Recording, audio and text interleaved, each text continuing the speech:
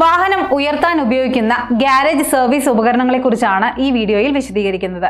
ഈ സെഷൻ തീരുന്നതോടെ service station ഉപകരണങ്ങളായ single post hydraulic car hoist, 2 post car hoist, 4 post car hoist, engine hoist, jack, മറ്റ് സ്റ്റാൻഡുകൾ എന്നിവയുടെ പ്രവർത്തനങ്ങളെക്കുറിച്ചും ഉപയോഗത്തെക്കുറിച്ചും വ്യക്തമായ അറിവ് ലഭിക്കും.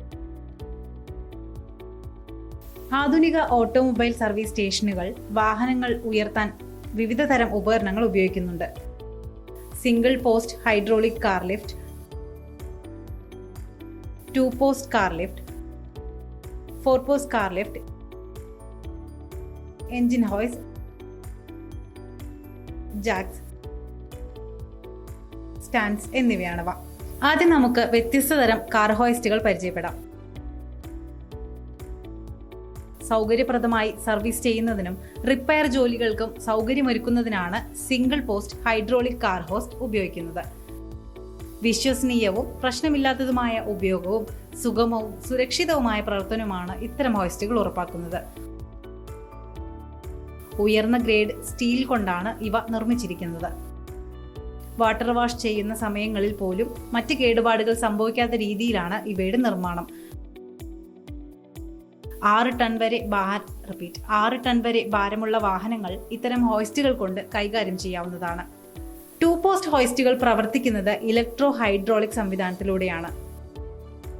പ്രവർത്തിപ്പിക്കാനും പരിപാലിക്കാനും എളുപ്പമാണ് എന്നതും വാഹനത്തെ ഹോൾഡ് ചെയ്യാൻ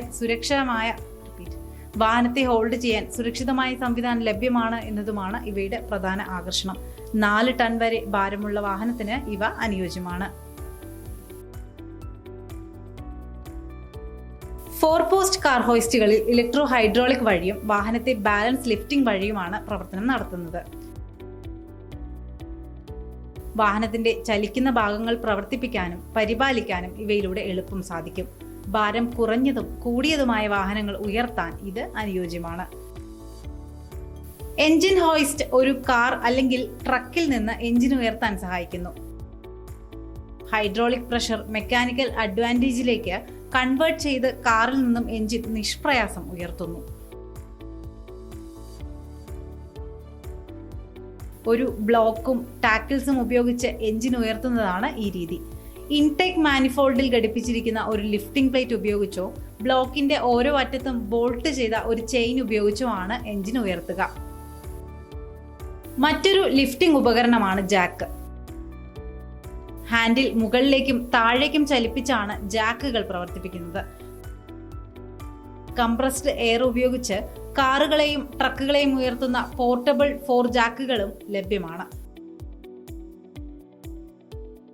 ഉൽപാദന രംഗത്താണ് ഇവ സാധാരണയായി ഉപയോഗിക്കാറുള്ളത്. സുരക്ഷാ സ്റ്റാൻഡുകളോ ജാക്കുകളോ ഇല്ലാതെ കാറിനടിയിൽ ജോലി ചെയ്യുന്നത് അപകടകരമാണ്. റോഡുകളിൽ ചെറിയ ജോലികൾക്കായി വാഹനം ഉയർത്താൻ മെക്കാനിക്കൽ ജാക്കുകളാണ് ഉപയോഗിക്കുന്നത്. ഈ ജാക്കുകൾ സ്ക്രൂ ആൻഡ് നട്ട് തത്വത്തിൽ പ്രവർത്തിപ്പിക്കുന്നു. യാന്ത്രികമായും ഹൈഡ്രോളികമായും ജാക്കുകൾ പ്രവർത്തിക്കുന്നു. അറ്റകുറ്റപ്പണികൾക്കിടയിൽ വാഹനം ഉയർത്താനും വാഹനത്തിന്റെ ഭാരം താങ്ങാനും സാധിക്കുന്ന വിധത്തിലാണ് ജാക്ക് രൂപകൽപ്പന ചെയ്തിരിക്കുന്നത്. വാഹനങ്ങളിലുള്ള ഒരു സാധാരണ ആക്സസറി കൂടിയാണിത്.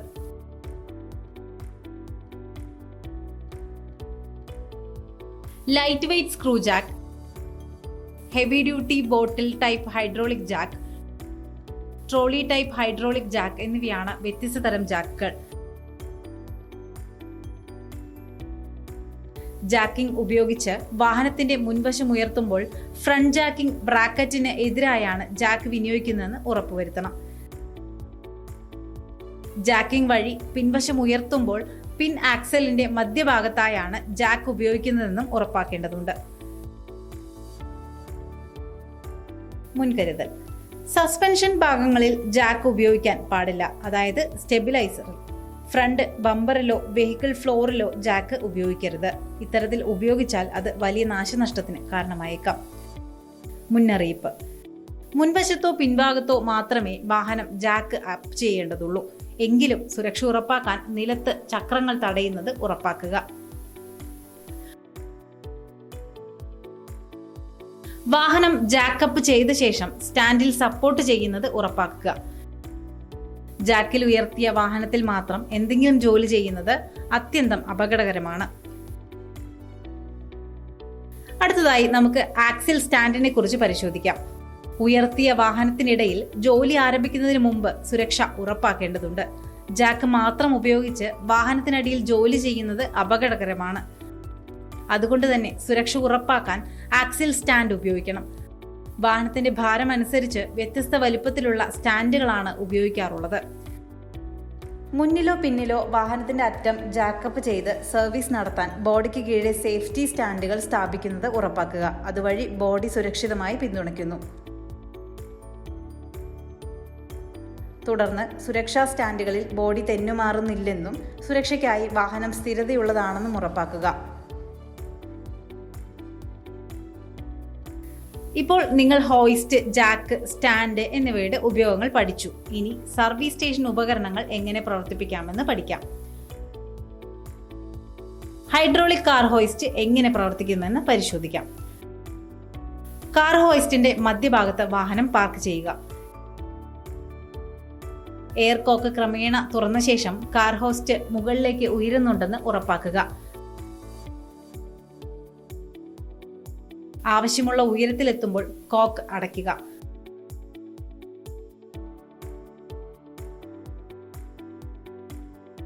വാഹനം ജർക്കൊന്നുമില്ലാതെ താഴേക്കിറക്കാൻ ഔട്ട്ലെറ്റ് കോക്ക് പതുക്കെ തുറന്നാൽ മതി. ഹോയിസ്റ്റ് സൈഡ് റെയിൽ സ്റ്റാൻഡിൽ ഉറച്ചു നിൽക്കുന്നുണ്ടെന്ന് ഉറപ്പാക്കേണ്ടതുണ്ട്. ആവശ്യമായ ജോലി പൂർത്തിയാക്കിയ ശേഷം ഇൻലൈറ്റ് കോക്ക് ചെറുതായി തുറന്ന ശേഷം കാർ ഹോസ്റ്റ് ചെറുതായി ഉയർത്തുക. ശേഷം ഇൻലൈറ്റ് കോക്ക് അടയ്ക്കുക. വാഹനത്തിനടിയിൽ ആരുമില്ലെന്ന് ഉറപ്പാക്കണം. ഔട്ട്ലെറ്റ് കോക്ക് പതുക്കെ തുറക്കുക. അങ്ങനെ വാഹനത്തിന്റെ സ്ഥാനത്തെ തടസ്സപ്പെടുത്താതെ ഹോസ്റ്റ് താഴേക്ക് വരും. ക്ലാമ്പുകൾ അല്ലെങ്കിൽ ചോക്കുകൾ നീക്കം ചെയ്ത് വാഹനം ഹോസ്റ്റിൽ നിന്ന് നീക്കം ചെയ്യുക. 2 പോസ്റ്റ് ലിഫ്റ്റ് ഹോയിസ്റ്റ് പ്രവർത്തിക്കുന്നത് എങ്ങനെയാണെന്ന് പരിശോധിക്കാം. ഇലക്ട്രോ മെക്കാനിക്കലിന്റെ മധ്യഭാഗത്ത് വാഹനം പാർക്ക് ചെയ്യുക. ടെലിസ്കോപ്പിക് ടു പോസ്റ്റ് ലിഫ്റ്റിംഗ് ആം ഉപയോഗിച്ച് ഉയരം ക്രമീകരിക്കാം. കൂടാതെ വാഹനത്തിന്റെ ഈ മൂവ്മെന്റിന് ഓട്ടോമാറ്റിക് ആംപ് ലോക്കിംഗ് സംവിധാനം ഉപയോഗിക്കാം. ക്രമരഹിതമായ ലിഫ്റ്റിംഗ് പരിശോധിക്കാൻ സുരക്ഷാ സംവിധാനങ്ങൾ ഉപയോഗപ്പെടുത്താം. ഇതിനായി പ്രത്യേക സേഫ്റ്റി നട്ട്സ് നൽകിയിട്ടുണ്ട്. ചെയിൻ ഡ്രൈവ് പരിശോധിച്ച് ലിഫ്റ്റിംഗ് സ്വിച്ച് പ്രവർത്തിപ്പിക്കാം. സുരക്ഷയ്ക്കായി ആങ്കറിംഗ് ബോൾട്ടുകളും ഉപയോഗിക്കാവുന്നതാണ്. 4 പോസ്റ്റ് ലിഫ്റ്റിംഗ് പ്രവർത്തിക്കുന്ന വിധം. ഇത്തരം ലിഫ്റ്റിംഗിന്റെ നിരപ്പായ റാമ്പിൽ വാഹനം എത്തിച്ച ശേഷം സ്റ്റോപ്പറായി തടി കൊണ്ടുള്ള കട്ട ഉപയോഗിക്കുക.